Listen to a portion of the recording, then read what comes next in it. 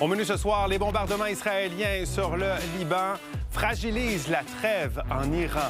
À un député d'une majorité, la traversée d'une conservatrice chez les libéraux renforce le gouvernement Carney. Et relâche prolongée à Québec, François Legault proroge la session parlementaire pour donner un coup de pouce à son ou sa successeur. Les 22 heures, je m'appelle Michel Bérère et eux, ce sont les débatteurs.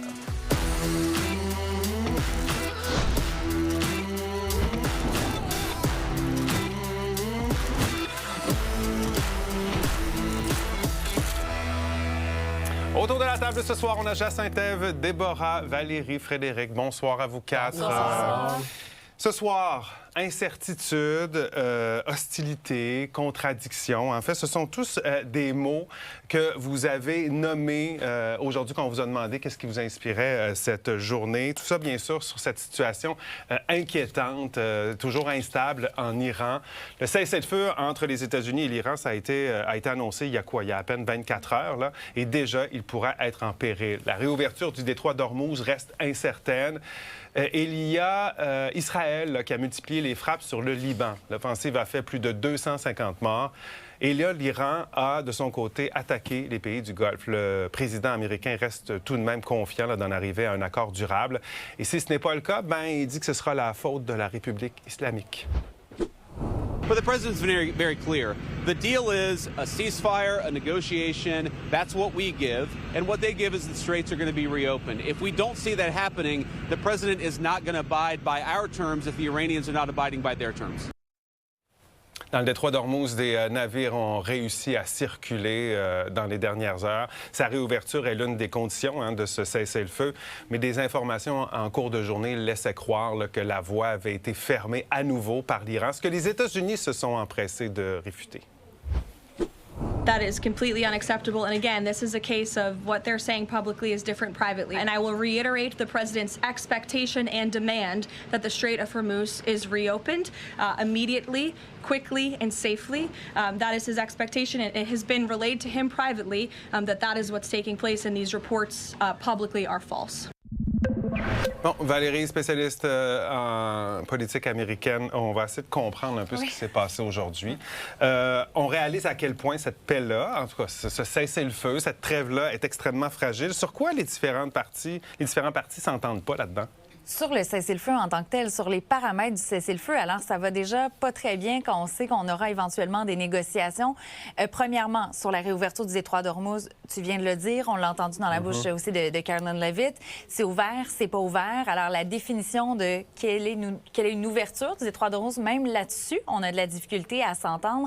C'est quoi les 10 points de ce fameux plan de paix ou cette base de plan de paix, si on s'entend pas non plus là-dessus. Et pour, honnêtement, la question du Liban est très importante aussi là-dessus. J.D. Vance a dit que c'est un malentendu. On avait peut-être que l'Iran a pensé à une première version d'un plan où on incluait justement pas de frappe sur le Liban, mais finalement, c'est pas le cas. Alors, on a vraiment des définitions différentes et c'est important de mentionner que la personne qui a été le médiateur de ce cessez-le-feu est le premier ministre du Pakistan et lui-même hier a dit le Liban est inclus dans ce cessez-le-feu-là. J'ai tendance à le croire, c'est quand même lui qui a parlé aux deux parties et qui s'est entendu avec eux justement pour qu'il y ait un cessez-le-feu. Bon, la situation en ce moment, à l'avantage qui au juste? Est-ce que l'Iran en tire des avantages en ce moment? Bien, le détroit d'Ormuz, avant, il était ouvert avant la guerre, on s'entend. Il y avait libre circulation des navires. Là, aujourd'hui, on dit qu'il y a 4 navires seulement qui ont pu passer. L'Iran a dit aux médiateurs, on en veut à peu près une douzaine par jour. Normalement, c'était entre 130 et 140 le pétrolier qui passaient dans la même journée. Alors, si on passe à une douzaine, en plus, avec un tarif qu'on va imposer, pour un gros pétrolier, on dit que ça va être 2 millions de dollars à peu près. Alors, le calcul qui a été fait, c'est 100 milliards de dollars pour l'Iran par année si on utilise ce droit de douane-là. Alors là-dessus, on est gagnant. Et sur les autres points, on dit qu'on a parlé de l'uranium. Les États-Unis disent qu'on va s'entendre là-dessus, sur l'enrichissement de l'uranium. L'Iran dit au contraire, non, on va s'entendre, on va avoir un programme civil avec l'arme nucléaire. Avec l'arme nucléaire, mais avec le nucléaire. Il y a toutes sortes de messages contradictoires entre les États-Unis et l'Iran. Tu t'expliques ça comment, toi, de ton côté? Bien, on a voulu en arriver à une entente rapidement. Donc, on a eu des négociations chaotiques avec plusieurs intervenants, donc qui ont joué les intermédiaires. Et on a manqué de précision dans cette entente-là. Donc, ça a mené à des négociations négociations assez chaotiques. Et là, bien, on ne s'entend pas sur tous les paramètres. Donc, c'est la démonstration qu'on a peut-être voulu aller trop rapidement. Trop rapidement. Tu t'attends à quoi, toi, Valérie, pour les négociations? Parce que, tu sais, quand on parle qu'il y a plusieurs intervenants, il y a le Pakistan là, qui est là comme médiateur, en quelque sorte. Là. Oui, le Pakistan qui est vraiment au centre de la médiation. Normalement, il y a une délégation qui va quitter vendredi pour le Pakistan. C'est J.D. Vance qui est en tête, donc le vice-président, avec Marco Rubio, secrétaire d'État, le gendre de Donald Trump aussi, Jared Kushner, Steve Witkoff, qui est son envoyé spécial dans la région. Donc, ces gens-là se rendent au Pakistan pour pouvoir avoir une discussion pour vraiment, pas juste le cessez-le-feu, mais faire une fin à la guerre, là, qu'on se rende jusque-là. Le problème, du côté de l'Iran, dans les déclarations d'aujourd'hui, on a dit vous avez déjà violé 3 points du cessez-le-feu qui étaient négociés. Alors, comment est-ce qu'on peut avoir des négociations? Comment est-ce qu'on peut avoir un cessez-le-feu? Alors, le côté chaotique, comme on vient d'en parler, le fait qu'on est déjà en train de dire de part et d'autre qu'on viole le cessez-le-feu, est-ce qu'il y aura des véritables négociations? Est-ce qu'on va être capable de mettre quelque chose sur la table qui va permettre d'aller de l'avant? Toute la question du Liban, également, de les frappes d'Israël. C'est pas clair, est-ce que ça faisait ou non partie des conditions? Exactement. J.D. Vance dit, bon, c'est un malentendu. L'Iran est catégorique. Le Pakistan le dit aussi. C'était vraiment dans les conditions. Et ce que J.D. Vance a dit, il a dit, mais écoutez, on va demander à Israël de faire preuve d'un petit peu plus de retenue. Mais il y a quand même eu la frappe la plus importante, malgré le cessez-le-feu au Liban. Est-ce que, Frédéric, un arrêt des frappes israéliennes au Liban, selon toi, ça pourrait aider la situation en ce moment? Oui, ça me semble assez évident. Puis Israël, actuellement, est chanceux de compter sur l'appui des États-Unis. Parce que là, franchement, et en plus de ça, avec ce qui se passe en Iran, il y a une espèce de brouillard médiatique qui envoie l'attention ailleurs. Ce qui est en train de se passer, Israël, Liban, c'est très grave. Puis d'ailleurs, ça a commencé il y a de ça un bon 18 mois. Déborah, est-ce que tu t'attends à ce que les Américains reprennent leur offensive en Iran rapidement? Je ne pense pas. Surtout, une fois qu'on aura clarifié, en tout cas, c'est ce que la trêve inclut ou pas. Mais le fait d'avoir prolongé de 2 semaines, pour moi, ça indique aussi que les États-Unis ne sont pas prêts, ne sont pas enclins parce que ça ne les avantage pas. Ils sont encore en train de trouver prétexte, argument objectif à cette guerre qui n'a plus vraiment de sens. Donc, je pense qu'ils ne sont pas enclins à reprendre, mais à voir ce qui va se passer. Rapidement, en 2 secondes. Tu es d'accord avec ça? Bien, on ne sait jamais avec Donald Trump. Alors, je ne peux pas prévoir, mais je pense que oui, c'est pas à l'avantage des États-Unis en ce moment de faire des frappes là, avec le prix du pétrole et tout ça. Alors, on se croise les doigts. Espérons que ça va se régler, ce conflit-là, à suivre dans les prochaines heures et jours. Maintenant, à Ottawa, on va parler de ce qui se passe chez nous aussi, parce qu'il y a une autre députée qui a changé de camp aujourd'hui, la conservatrice Marilyn Gladu, qui a rejoint les libéraux. C'est la 4e élue à quitter le parti de Pierre Poilievre depuis le mois de novembre dernier. La députée ontarienne affirme que le Canada a besoin d'un leader fort comme Mark Carney. Pas rien quand même là, comme affirmation. Si on ajoute la transfuge néo-démocrate, c'est un 5e gain pour le premier ministre qui n'est donc plus qu'à un seul siège de la majorité en Chambre. Un siège qu'il obtiendra fort probablement le lundi prochain, jour de 3 élections partielles.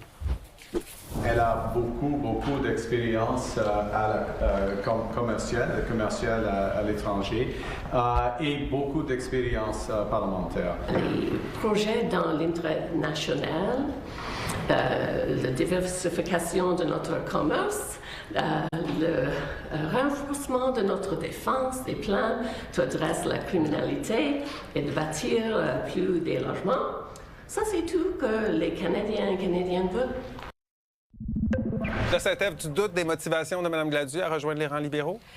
Il y a à peine quelques semaines, elle critiquait vraiment très sévèrement Mark Carney, tout son leadership. Quand on va sur ses réseaux sociaux, on est en mesure de constater à quel point elle avait beaucoup des critiques acerbes à son égard. Qu'elle traverse la Chambre et qu'elle se joigne à son équipe, ça laisse perplexe, ça laisse minimalement perplexe. Pour ses électeurs, c'est insultant.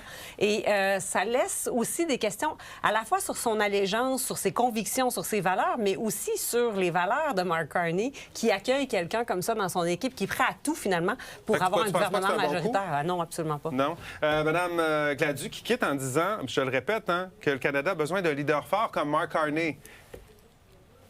Donc, ça veut dire que son propre chef n'est pas, ou du moins ne pouvait pas attendre qu'il soit premier ministre pour démontrer son leadership. Mais ça dit quoi? Ça veut dire que Pierre Poilievre est impopulaire dans ses propres troupes? Je pense que les deux choses peuvent être vraies. Bien évidemment, on sait que Pierre Poilievre a quand même eu un mandat fort. Il vient quand même d'être confirmé comme chef en début d'année avec un taux de participation, même un taux de confiance quand même très élevé. Donc, je ne pense pas qu'il soit impopulaire.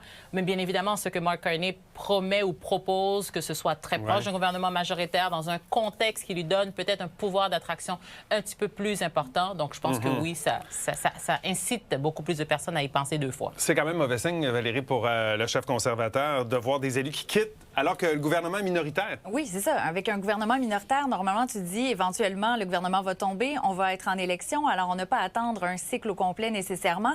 Alors moi aussi, c'est ça que je trouve très particulier, qui n'est pas vraiment non très, très bon pour Pierre Poilievre. Frédéric, les jours sont comptés selon toi pour Pierre Poilievre ou pas?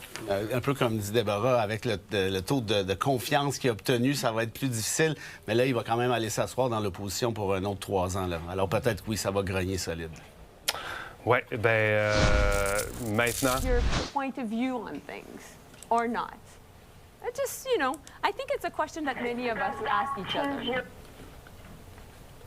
Oui, bien, après leur discussion avec Donald Trump lundi, les astronautes de la mission Artemis 2 ont discuté ce soir avec Mark Carney lors de leur retour vers la Terre. Le premier ministre a souligné que l'équipage était une grande source d'inspiration pour tous les Canadiens. L'astronaute ontarien Jeremy Hansen a remercié ses concitoyens pour leur support. Ses collègues américains n'avaient que de bons mots pour le Canada et surtout Montréal. Tous les Canadiens et Canadiennes sont tellement fiers de vous pour bien des raisons, mais c'était incroyable de vous entendre parler français pour la première fois dans l'espace. Pour moi, c'est juste important de communiquer que je suis tellement fier du Canada. C'est le Canada qui a fait le travail de créer cette opportunité d'être ici dans l'espace lointain. Teamwork is willingness. Willingness is a huge ingredient in a successful team. I flew to the International Space Station in 2014, and before we go up there, we have to go to Montreal to the Canadian Space Agency and do training up there. And it was amazing. In just 1 week of my robotics training up there, I have lifelong friends from Canada, and I am honored to serve alongside Jeremy, Josh, and Jenny, truly the finest astronauts I have ever met. Jacinthe, t'as pensé quoi de cet appel à l'unité des astronautes? C'est super intéressant. Ça permet d'entrer dans leur univers puis d'avoir cette espèce de discussion bien joviale, accessible à tous. On n'était pas dans la science, on n'était pas dans les grandes explications, mais c'était on était dans l'unité, le travail. Hein, les Américains qui ont dit qu'ils sont venus s'entraîner également au Canada. Est-ce que tu penses que ça pourrait aider les relations canado-américaines, ça? Bien, écoute, j'aimerais que ça puisse régler tout, mais honnêtement, autour de la table, on avait tous un sourire de voir qu'il y avait cette amitié entre des Américains et des Canadiens, savoir que ça se peut encore en public comme ça, de dire qu'on s'aime mutuellement. Alors, je pense que ça fait du bien. Je trouvais ça aussi le fun de voir qu'on souligne Montréal, l'importance aussi du Canada, parce qu'on dit quelle fierté pour les Américains, mais il faut se rappeler aussi le rôle du Canada aussi dans cette mission très importante. La force de notre industrie aérospatiale également. C'est essentiel qu'un chef d'État comme Mark Carney fasse ce genre d'appel. Que ce soit pour la science et même pour la culture, je pense que la présence du français dans cette dimension elle est quand même très importante. Pas seulement perspective Québec, mais perspective canadienne aussi pour montrer cette diversité. Je pense que ça a touché quand même beaucoup de personnes d'avoir cette dimension culturelle dans un contexte très scientifique. Oui, voir le français faire tant de millimètres, ça nous touchait quand même. Frédéric, ta réaction concernant les images? Parce que depuis hier, il y a des images qui circulent de la Lune. Je trouve ça fantastique. Moi, ma conjointe travaille à l'Agence spatiale, donc j'en vois beaucoup. Et j'ai regardé ça live tout à l'heure. Je veux dire... Quand même, c'est quelque chose. Puis, en plus de ça, un des astronautes qu'on vient de voir, Victor, allez voir ça sur sa page Instagram. Il a partagé une vidéo sur les beautés de la Terre, évidemment, mais les beautés de l'humanisme aussi. C'est fantastique. C'est magnifique. C'est touchant. Honnêtement, on a versé une petite larme. Notre sondage express concerne cette nouvelle députée conservatrice qui saute chez les libéraux. Selon vous, les jours de Pierre Poilievre à la tête du Parti conservateur sont-ils comptés? Allez répondre à la question pendant la pause. On aura les résultats au retour. Également après la pause, à quoi ressemblera la future station du REM à l'aéroport Montréal-Trudeau? On dévoile quelques images un peu plus tard à l'émission.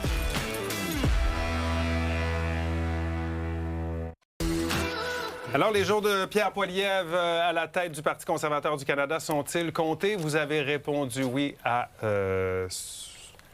70 %, non à 30 %. Désolé, on n'a pas pu les afficher, mais voilà, 70-30.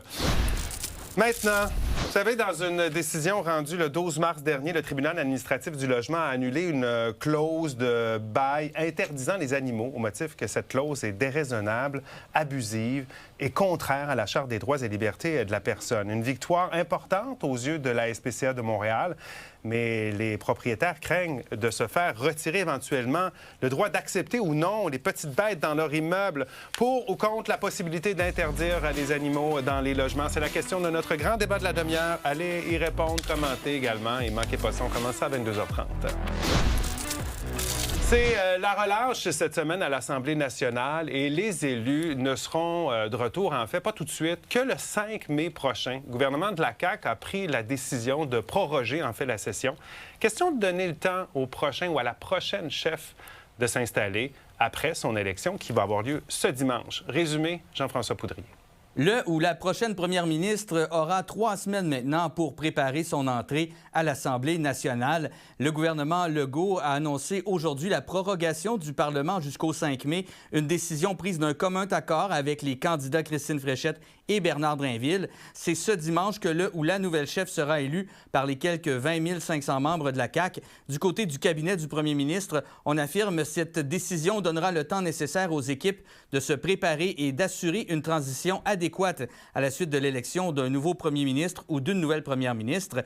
Déjà, les élus sont absents du Parlement cette semaine à cause de la pause de Pâques. Une autre semaine dans leur circonscription est prévue en mai, si bien qu'il ne restera que 5 semaines de session. On proroge pendant 3 semaines la session en privilégiant essentiellement les intérêts partisans de la CAQ et en protégeant le prochain premier ministre plutôt que de veiller aux intérêts de la population québécoise. C'est une longue prorogation. 3 semaines où le Parlement, l'Assemblée nationale, ne siégera pas. Mais vous le savez, pour nous, là, finalement, c'est la cerise sur le sundae d'une session parlementaire brouillonne. Plusieurs projets de loi, une dizaine vont mourir au feuilleton, dont le projet de loi 1 sur la Constitution. Ils pourront cependant être ramenés pour la nouvelle session, mais il sera difficile de tous les mener à terme, surtout qu'un débat sur le nouveau discours d'ouverture et l'étude des crédits budgétaires devront être priorisés. Le gouvernement était sur pause alors que les gens avaient de la misère à payer leur loyer, leur épicerie.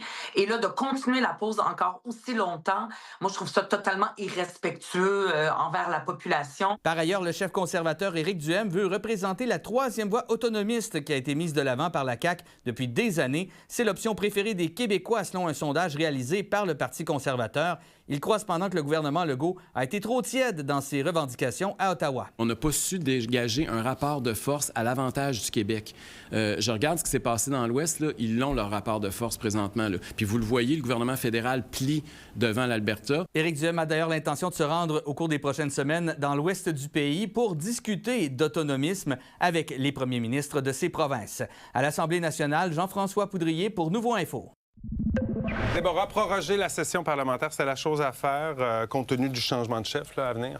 Je pense que c'est une décision qui avantage le gouvernement de la CAQ et effectivement la prochaine personne qui va être nommée au siège de premier ministre. Ce n'est pas nécessairement une bonne nouvelle, j'ai l'impression, que ce soit pour la démocratie ou bien évidemment pour les citoyens, tout à fait, et même aussi pour les partis d'opposition, pour continuer à exercer leur rôle d'opposition, que ce soit les projets de loi qui étaient en cours d'analyse qui ne le seront plus. Donc moi, je pense que c'est une décision qui avantage la CAQ, moins le citoyen. Le mot proroger, ça veut aussi dire effacer. Hein? On tasse tous les dossiers. Ça permet, oui, au prochain chef quand même, de repartir à neuf. Oui, et de sélectionner les projets de loi qu'on remettra à l'ordre du jour. Donc, le fameux projet de loi sur la Constitution du Québec, qui est intéressante parce qu'on parle de Constitution, on parle d'identité, mais qui est aussi très polarisante. Bien, ça pourrait être un choix du nouveau premier ministre de laisser de côté ce projet de loi dans l'avenue là, où on s'en va en élection générale à l'automne prochain. C'est pas rien, c'est un énorme pouvoir que François Legault vient de donner à son successeur. Tu t'attends pas à ce que ce soit la panacée à la CAQ? Ça va être difficile, puis je suis d'accord avec Jacinthe, c'est très polarisant ce projet de constitution-là, mais c'est surtout tout croche. Alors probablement que Christine Fréchette a dit ça va être pipic. Et de là, le fait que Simon Jolin Barrette vient d'appuyer Bernard Drainville, puis il y a un lien avec ta question, et je m'explique, c'est que je crois qu'il y a un schisme actuellement très puissant à la CAQ. On le voit entre Fréchette, Drainville et tous ceux et celles qui auront suivi un ou l'autre. Ça va être très difficile de recoller les pots, surtout qu'on s'en va en élection dans quelques mois à peine. Intéressant. On va suivre ça. On verra qui d'abord sera le prochain ou la prochaine chef. C'est dimanche, la réponse. Vous avez des commentaires à partager avec nous, des idées de débat? Voyez mon adresse qui apparaît à l'écran.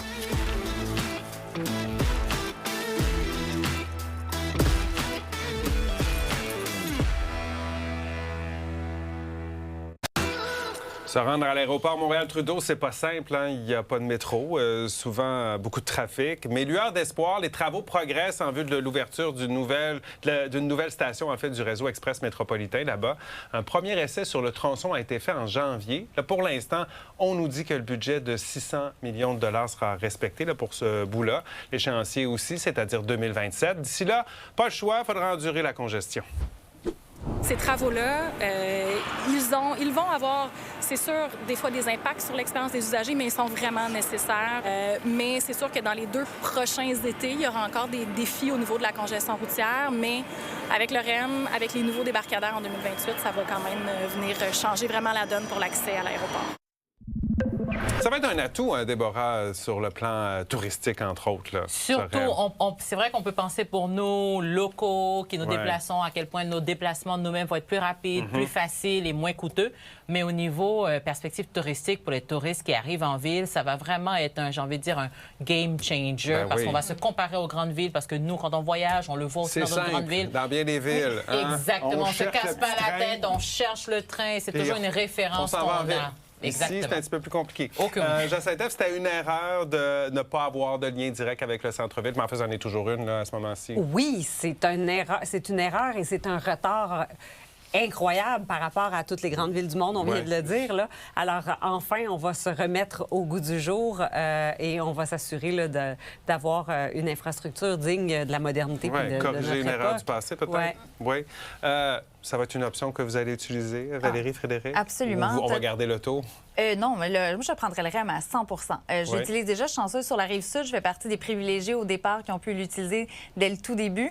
Puis à chaque fois que je suis dans le REM, j'ai une pensée pour me dire, mon Dieu, que j'aimerais qu'on puisse se rendre jusqu'à l'aéroport pour voyager quand même souvent. Là. Les gens qui étaient avec leur valise, on se souvient, sur le bord de l'autoroute pour circuler, je pense que ces gens-là aussi ont très, très hâte. Est-ce que tu penses que les travaux vont être réalisés dans les échéanciers et avec les budgets? Est-ce que je peux répondre par une question? C'est quand la dernière fois que des travaux au Québec ont été réalisés dans les échéanciers prévus? Et dans le budget. Et dans le budget, oui.